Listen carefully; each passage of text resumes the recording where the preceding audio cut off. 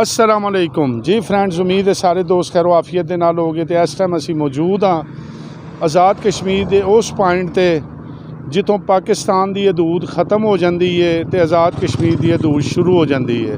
जी मेरे फ्रेंड्स, तुम समझ गए होवोगे, यह तुहानू नज़र आ रहा है यह सारा एरिया जिहड़ा आज़ाद कश्मीर के हदूद दे विच है।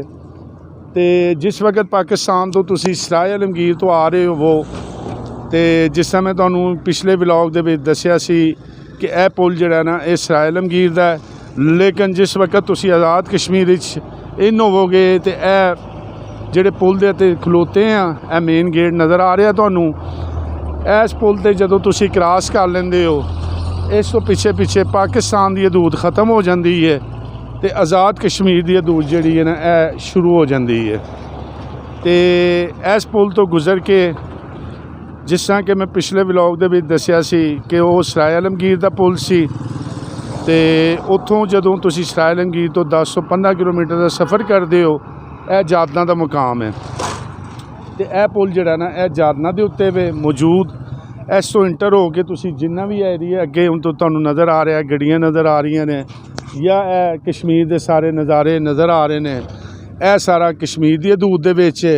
और यह सड़क जिहड़ी तुहानू नज़र आ रही है पिछों आ रही है, यह उत्ते पुल नज़र आ रहा है। यह जिहड़ी हदूद है इस तो पिछे पिछे पाकिस्तान शुरू हो जाता है। तो मैं क्या अपने वेखण वाले अपने वो परदेसी जिहड़े इंग्लैंड, मलेशिया, दुबई, सऊदीया दे विच मुकीम ने, अपने इलाके दी नज़ारे करो तो वेखो।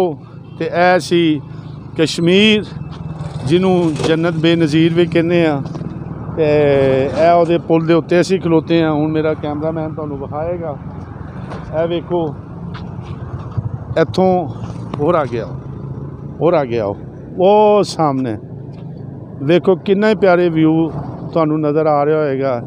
यह वे जे कश्मीर जिन्हों कहा जाता है कश्मीर, इस तो पिछे पाकिस्तान, इस तो अगे कश्मीर। मेरे परदेसी भाई मलेशिया वाले हो तो मेरे परदेसी भाई सऊदीया वाले हो तो मेरे परदेसी भाई तुहाडी खातर जनाबे वाली यह वीडियो बनाई है। उम्मीद है वीडियो तुहानू ज़रूर पसंद आएगी।